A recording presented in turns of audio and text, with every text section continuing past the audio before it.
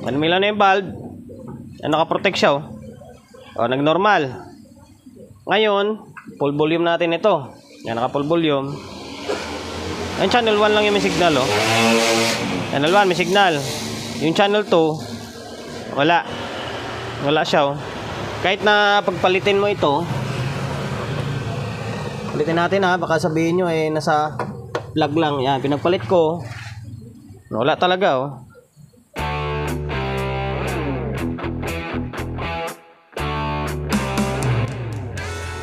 Welcome to my vlog. Ayun, for today's video balik Ace na LX20 ulit tayo. At shoutout and then maraming salamat sa pagkakatiwala ng unit nyo rito sa akin, sir ha. Sir from San Jose del Monte, Bulacan. Bali yan yung karton nyo. Malaga si sir, yung karton nya nandyan pa rin. Yan, dumayo pa rito para magpagawa lang sa atin. Inuulit ko, maraming salamat sa kakatiwala ng unit mo rito sa akin. Kahit malayo-layo eh dumadayo kayo rito para magpagawa lang. Yun, kaya dinala niya rito sa akin itong Ace na LX20 niya. Ang problema ay yung kabilang channel daw halos distortion or pangit yung tunog.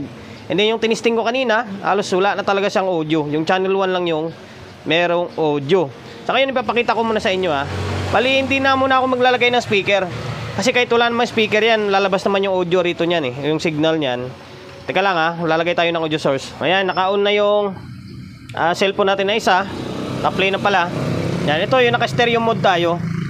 Tapos ang sabi ni sir, ginalaw-galaw na niya yan.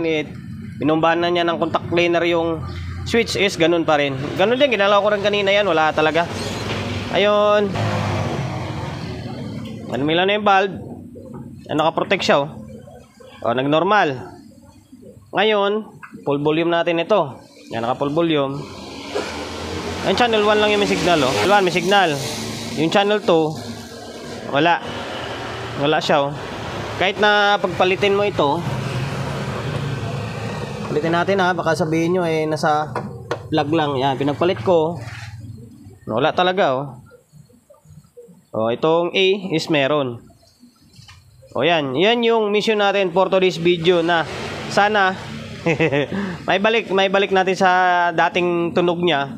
And then package, yung usapan namin dito is package. Lagi ko naman sinasabi yan sa mga customer ko sa Ace LX10, LX20 na package. Magdadagdag tayo ng power transistor, mag-add tayo ng fuse, and then i-fix bias natin. And then yung mga ibang problema dyan is kuha na lang yan, dagdag na lang yan.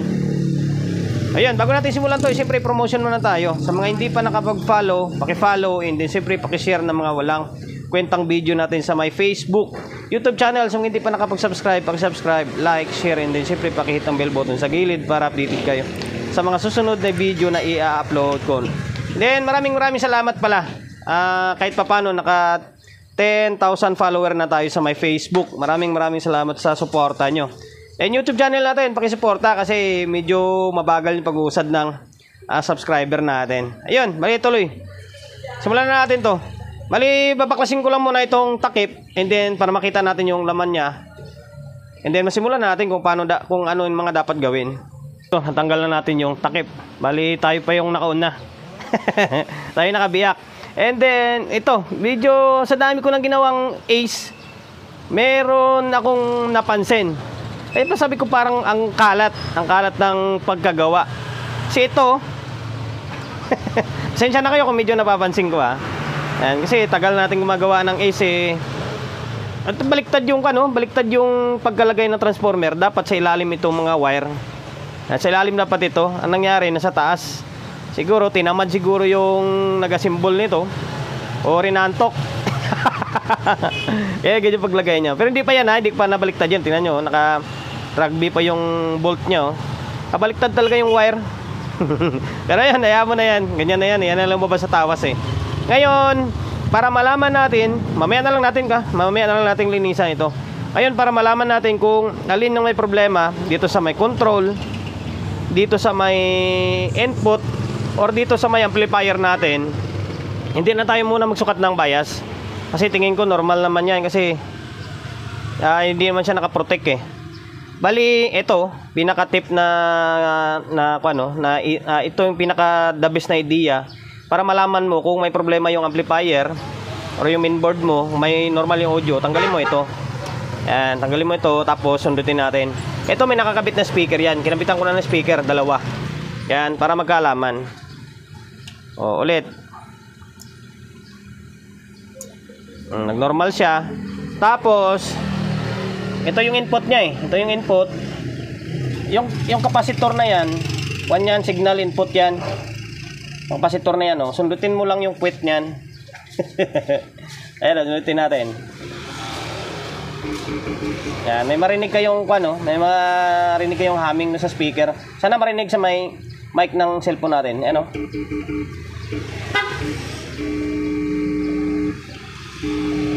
Normal yung tunog ng amplifier natin. Dito lang ako nag-focus kasi ito yung walang audio. Yung dito sa channel 1, may audio naman siya eh.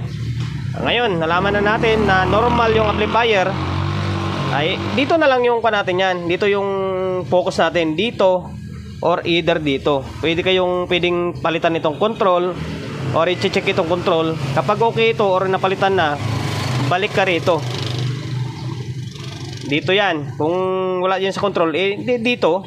Sa ngayon, kasi package rin naman ng usapan namin dito.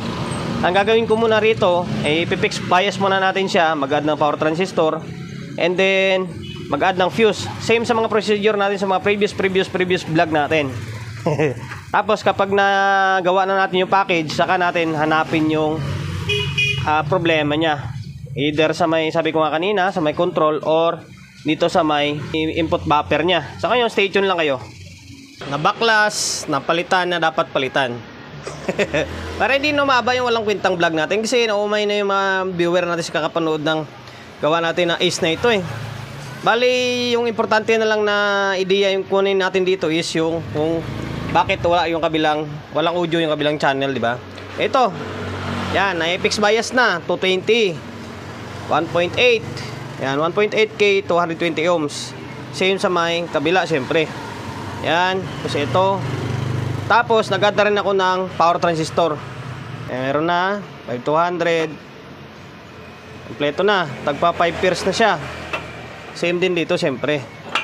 Yan. Tapos, kapag mag-add kayo ng power transistor, wag nyo kalimutan yung bloke. Or yung para sa emitter. Yan, 0.33, 0.25, pwede yan. Yan. Tapos, kung wala kayong ganitong klaseng resistor, ay ganito, pwede yan. Discarding technician lang. Ano, okay na, binalik ko na rin. Tapos, siyempre, kaya mabilisan eh. Naglagay na rin ako rito. Yan, meron na rin fuse. Yan, sa mga gustong gayahin kung paano ako maglagay ng fuse, ganito lang. Yan, putulin mo lang yan. Diyan. Yan. Ganyan lang yung style. Tapos, ito yung fuse box na ginagamit ko. Yan, kulang na lang dito is yung fuse na lang. So, ngayon, babalik na lang natin itong board, and then suyurin natin kung bakit walang audio yung kabilang channel. Ngayon, stay tuned lang kayo. Naibalik ko na yung dalawang board natin. Yan, bali konting buga na lang ito, pero napunasan ko na yung mga agyo. So, nakafix na lahat. Ngayon, itong mga kable hindi pa nakabaklas mula kanina eh.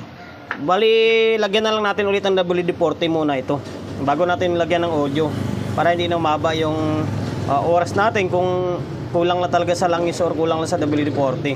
Lalagyan ko lang muna ito saglit lang. So ngayon guys, bali ito, nalagyan ko na ng langis to dito. Lahat na yan, pinatakan ko na ng langis. WD-40. Yan, WD-40 yan oh. Babango yan pero WD-40 laman yan. Kasi yung WD-40 ko wala nang hangin. Yan, lagyan nyo lang yan sa loob yan. Tapos, ikuha nyo siya. Igalaw-galawin yung ganito. Yan, para mawala yung corrosion sa loob. I-set ko lang yung setup. Naka-pass si sir. Tapos naka-stereo mode. Lagyan natin sa 1 volt. Tapos, yung grounding is-slip natin. Yan. So, ngayon, try natin kung magkaroon na ng audio ito. Ngayon, testing natin kung may audio na siya. Yung nakakabit na speaker is dalawang sub. Isa dyan, isa sa taas. Kulang na lang, linis na lang. Si malikabok na to dito. Buga na lang ng compressor yan. Yan, nag-relay. Dalawa. Play natin yung music natin. Sana yun lang. Meron. Ay, meron naman talaga ito, channel 1.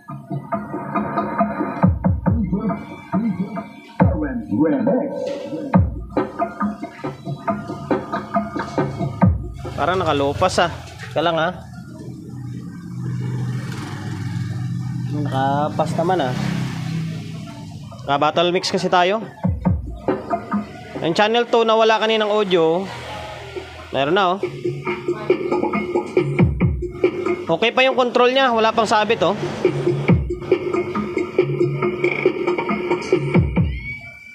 Ngayon, to 20 natin. To 20 natin para hindi mabibitin kapag tinodo natin. To 20. Yan na. Ito yung wala pero ngayon meron na siya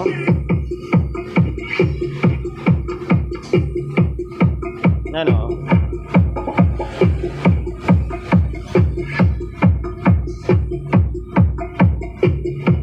Tapos yung isang concern sabi ni sir, bago daw to dinala dito sa akin, kapag binulyum mo daw, minsan nawawala-wala daw.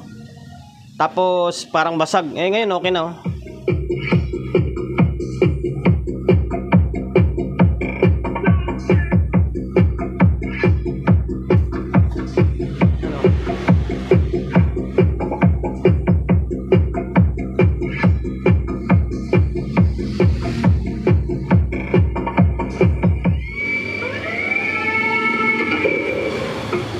So ngayon guys, bali review lang muna natin yung mga ginawa natin bago natin tapusin yung walang kwentang vlog natin. Yun, fixed bias tayo. Kabilaan channel, yan. Ito, to 20, tapos 1.8. Same sa may kabila. Tapos nag-add tayo ng power transistor. Yan, naging 5 pairs na. 1, 2, 3, 4, 5. 5 pairs kabilaan. And then nag-add tayo ng fuse. May fuse na ito. And then, yun lang naman. Ang literal na naman or kadalasan nasira lagi dyan, kapag yung ganung nawawala-wala yung tunog, or wala yung kabilang channel, is minsan yung mga switch lang. Katulad yung sa gawa ko na krill na yan, matagal na dito yan. Nag-aantay ako ng switch niyan. Hindi na kaya talaga kahit linisan mo. Ayaw na talaga kumapit. Umorder pa ako ng pyesa niyan. Okay na.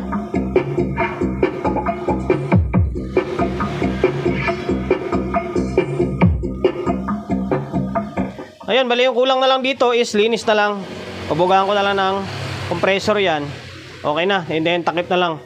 Ayun, sir from Bulacan, San Jose Del Monte, Bulacan. Okay na yung Ace na LX20 mo. Bali, dalawang channel is okay na, umaandar na. Naka-package na rin ito. Yung nag-fix bias ako, nag-add ng power transistor, and then naglagay ng fuse. Maraming salamat sa pagkakatiwala ng unit mo rito sa akin. Kahit malayo, dinadala nyo pa rito sa akin para papagawa lang. Yun lang guys, hanggang dito na lang yung walang kwentang vlog natin. Bago tayo magtapos, siyempre promotion muna tayo. Sa mga gustong magpaparepair along sa Oyo, Quezon City, or kahit malayo kayo, pwede Biyala Alamove, number 41 Don Julio Gregorio Street sa Oyo Road sa Oyo, Quezon City. Yung social media pages natin, kung hindi pa nakapag-follow, paki-follow, hindi siyempre paki-share ng mga walang kwentang video natin sa my Facebook, YouTube channel. Kung hindi pa nakapag-subscribe, paki-subscribe, like, share, and then siyempre pakita ang bell button sa gilid para updated ka sa mga susunod na video na i-upload ko. Ingat, God bless, and then peace atin lahat.